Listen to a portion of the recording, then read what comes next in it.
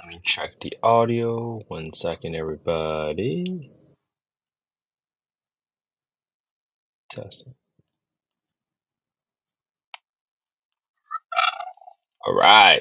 Audio's on. We're good. We're live. We're staying consistent, everybody. Let's look at a deal together. Today, we are looking at a Subto deal in Killeen, Texas. This is a Subto deal that's posted in the Facebook group. So I figured, hey, sometimes when we all look at it, hey, April, how are you?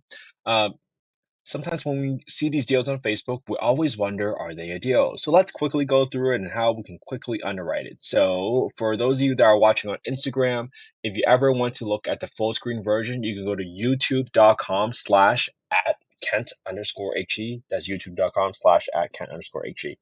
We're looking at a 4-bed, 3-bath. Let me try to zoom out a little bit just so for folks that are watching it from further away on Instagram, you guys see the details.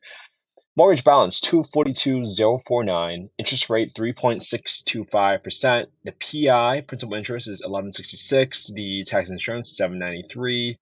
PITI 1959. Rent rate 1,700 to 2,000. Okay, entry fee is $20,000 plus closing cost was $1,250. EMD $5,000. Okay, got some details. So we're gonna go up, and what I typically always do is just gauge the general condition of the home really quick, really fast. This home was built in 2011. It looks like only one room has carpet, and the flooring looks pretty good for the most part. I think if there was to be any, I is that no, I almost thought it was carpet in the bathroom, but we do not want carpet in the bathroom. That just doesn't sound like a good idea with water soaking in there. Okay, as I go through all these other stuff, yeah, the home looks like it's in pretty good condition. I might just set aside some money for painting the place, but I don't think I really have that much more else to add to the rehab. So we have the property up, and the next thing we're going to do is we want to do a quick Google Map Street drive-by. When we go do the quick Google Map Street drive-by, it looks like it's just in one of these suburban HOA communities. I'm not really seeing anything that's jumping out to me as in this is a bad neighborhood. Okay, cool. Next thing I do is after I verify the street view, I go to tophap.com, tophap.com, and I am plugging in the address up here on the very top left on tophap.com. When I go down there, you guys can go to this area, scrolling down. It's called the neighborhood section. And usually the neighborhood section will give you a score called the crime index score. And right here, on the left hand side, you might not be able to see it on Instagram, but the score says 64 on the left hand side. And at 64, that's pretty good because the national average is 100. I personally live in a neighborhood that's about an 88 or a 90.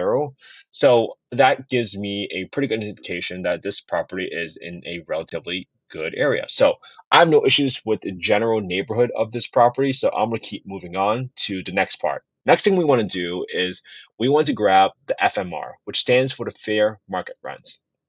And you can do this by going to Google, click on HUD FMR, Googling HUD FMR, HUD space FMR. And when you scroll down to the bottom page, you can go to this area called Access to Small Area FMRs. Then you look up FY 2024 FMRs, and now you're able to get to the state and county. And this is going to get you the fair market rents by state, by county, and it's also going to give you by zip code, by bedroom count, what the rents you can actually achieve for your property. Now, when you're scrolling down, let's get the zip code for this property. This property is in, what is this?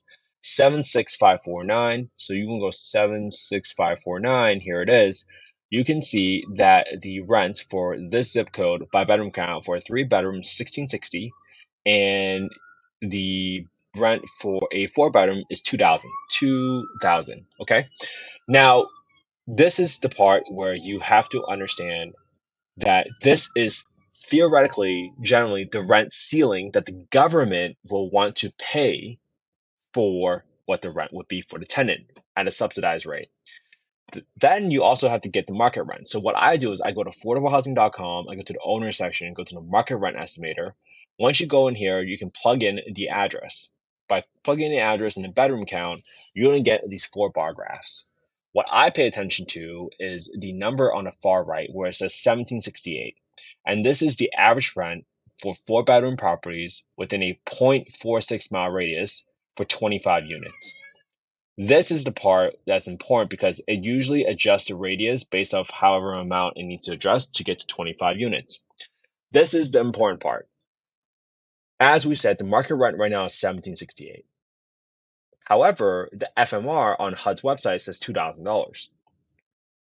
There is a test, it's called the rent reasonableness test. Now, the rent reasonableness test says that you cannot charge more rent to a voucher holder, a housing choice voucher holder, simply because they are a voucher holder. I mean, you can't charge above market rents based off of their status as a voucher holder for the obvious reasons. So, right now, I would argue that I would underwrite the property using 1768 as the rent number. Now, I can also put in $2,000 as a different scenario for my rental assumptions, but that is going to be my best case scenario. Now, if this turned out to be close to the deal, what I would do personally is just call the housing authority and say, hey, how do you guys determine market rent? And do you make exceptions for going above market rent? And they would say, no, we never go above rent, but they might say, however, and that's what you're looking for. You're looking for the however. Meaning, what exceptions do they want? Do they care about bathrooms? Do they care about garage? Do they care about HOA amenities? Those are the different things that you want to ask them because here in Southern California, I've called to San Diego County and they said they do not even consider if you have solar panels right on your home, which is really backwards because some homes can spend like 500, 600 bucks on electricity easily a month. And you're saying you don't give extra consideration for solar panels? That doesn't really make sense, right? So that just varies by city and by county, by public housing authority. So that's why it's so important for you to figure out whether or not your county actually cares about that stuff, okay? So I'm going to stop sharing the browser and I'm going to start sharing the Excel file now. I apologize. Usually I share the whole screen, but I'm traveling this week. I'm back home in the same affordable housing rental I grew up in. So my internet here is a little bit slower and it lags whenever I try to share the whole screen. Okay. That's the whole reason why I'm not switching from screen to screen. I'm trying to stay consistent on one screen so that you guys can look at it. Now, since we already verbally talked about all the deals, we're going to practice plugging in all the numbers here together. And let me see if I can zoom out a little bit so you guys can see more of the file. Let's see. Okay, let me zoom out even more just so for folks that are looking at Instagram. All right, so we know that the mortgage balance is $242.049. 242.049. Again, as you guys are watching this, if you guys would like to get a copy of the calculator, just let me know because I've been very fortunate, very blessed that people have given me their calculators and I've been able to modify them to accommodate what I'm looking for to meet my own underwriting needs. Okay, so we plugged in the principal, we plugged in the interest rate. We know that the entry fee is $20,000. So that means my purchase price right now is going to be equals to the principal balance plus the cash to the seller. That's going to be my purchase price. And then my property taxes is I'm going to back into it, meaning my property tax and insurance is equals 1959 minus the principal and the interest. 103, 166. Yeah, that's pretty close. I like to adjust. I like to just take the PITI that's been disclosed by the wholesaler and subtract it by what the principal interest numbers are on this page because that's how I can quickly understand whether or not my property tax assumptions is accurate. And then I'll always plug in extra 30 bucks for the monthly insurance because I assume that if we're taking over a loan or a PITI payment, that it was for a primary residence home owner. Usually when you switch to an insurance for an investment property, the insurance premium is generally a little bit higher because the insurance company considers it as a higher risk because it's an investment property. Okay, so that's how we go and figure out what we want to do for our number. So this PITI number, if you go back to the very beginning of the video, this now equals 1959. You can see that I added $30. Okay. 262, and then now I want to also go through my maintenance. My maintenance, I'm setting aside 10% of my rents every single month for something that will break, either the HVAC, the roof, the water heater, something has to go eventually at some point. So that's why I always leave aside 10% of the rent every single month. And as you remember, right now I'm going to underwrite using 1768. And you can kind of see after 8% property management and 3% vacancy, this is not a deal because this is currently a negative 592 cash flow a month. Now, just for sake, just for practice, let's kind of go in here and go through our calculator.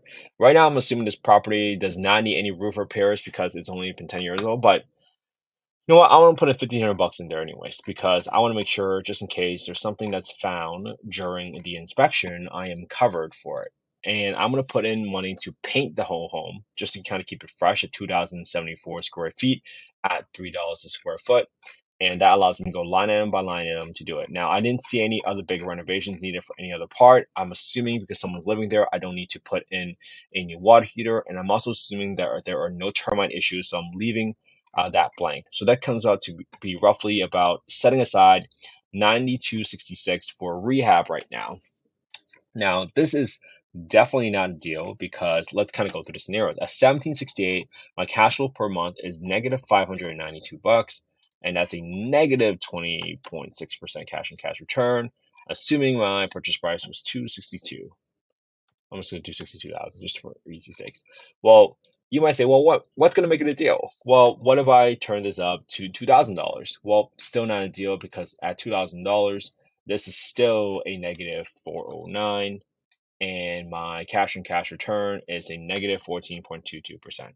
So I like to sometimes veer on the side that hey, if the deal gets posted on Facebook, generally it might not be a deal because if it was a deal, generally something or somebody would have swooped it up before it made it onto Facebook.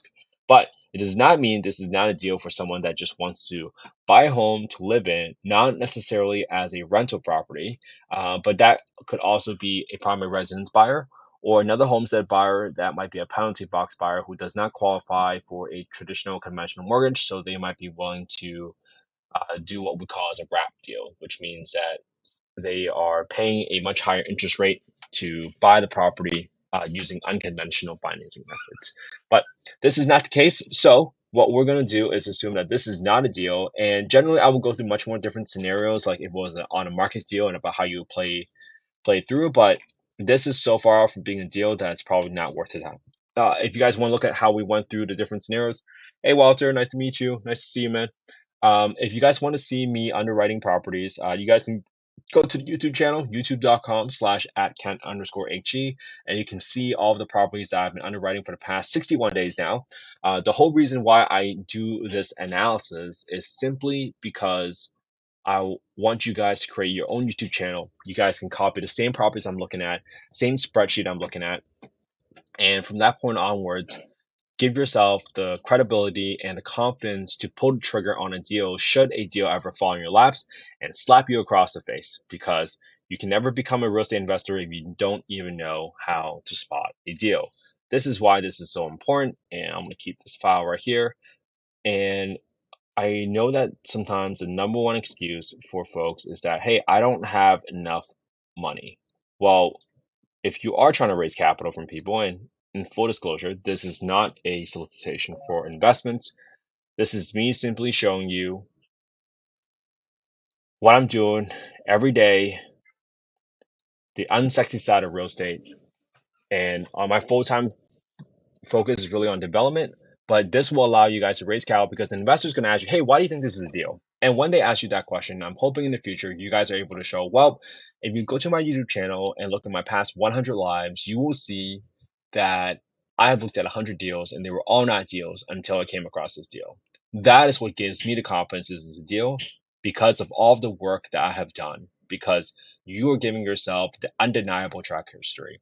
As someone who used to have analysis paralysis and had the biggest fear in the world about losing money on a deal. I'm hoping this helps you guys do it because I have to give myself pep talks every day where I have to remind myself, hey, I look at deals every day. I underwrite deals every day. So when that deal ever comes across, I know that I'll be ready for it.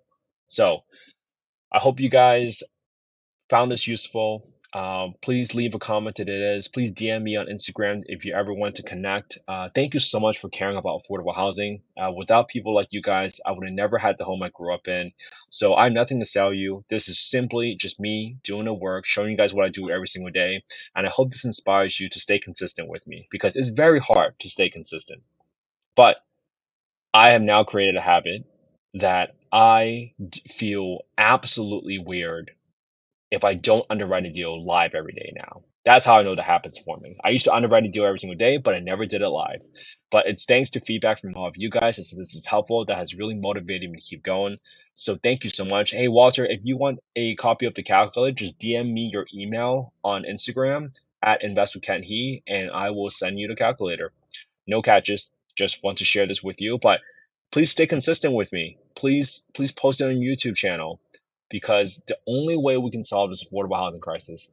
And for those of you that might know this, like in San Diego County, it's currently a 12 to 15-year wait list, and that's far too long, far too long. Just imagine you're a single mom and you're trying to get out of a bad area and you're told 12 to 15 years. That is just way too long. And that's not something I'm willing to accept. And I hope that's something that you're not willing to accept because who knows? They say generational wealth only lasts 3 generations. And I would not want to accept a scenario where someone down my family line needed an affordable housing rental and they could not have one simply because there was not enough supply. So this is it. This is for all of our families. This is to make our kids proud. This is so that we have a next step of figuring out, hey, so many people say they want to help people. Well, how do you want to help and who do you want to help? I choose housing. They stopped letting people get on a list. This is great. We don't on a wait list. April, that is so true because I know some cities and states they open the wait list for like 1 minute every single month just to say they opened it. So it's wild. It's wild how much demand there is for affordable housing. So I want to thank you all for tuning in today. If you guys want a copy of the calculator, please just DM me on Instagram and I will be glad to send this over to you. I hope you guys will tag me as you underwrite your deals in the future. Let me know that it's helping you. And finally, I don't make any money on it, but if you guys do have any rental properties, please feel free to use my referral link to get an insurance quote from Steadily. I saved a couple $100 on my short-term rental in Scottsdale. And when I closed on Pad Split, it was like $1,200 cheaper than what it is. I'm not an insurance professional, so make sure you're comparing apples to apples on everything. But thank you so much for the time today. Today is Thursday. I've been doing it every day for the past 61 days, and I'm gonna keep on going. And I hope you guys join me. Please join me. I actually really want you to join me because people are asking me like, "Hey, what happens if you really get a deal on a thing? Aren't you afraid of people stealing your deal?" That's okay. If you guys seal the deal, that just means you're gonna help another person. And I choose to have the abundance mindset. This is why if you're part of the affordable housing and investment community, I have shared all my resources there right in the Facebook group because I'm not holding anything back because I think this is truly how you solve another problem, this housing problem. Because if we're all willing to share and we're all willing to share the resources with one another, man, we can make it so much less fearful for so many people. So many people can benefit from this, and I think if we just create a better world for our kids to grow up in, like I'd be very, very happy with that. So please share your resources in the community. I know I share all my research, all my underwriting, all the resources that I've ever used. And as I find more resources, I also share them. As people find their resources, I encourage you to share yours.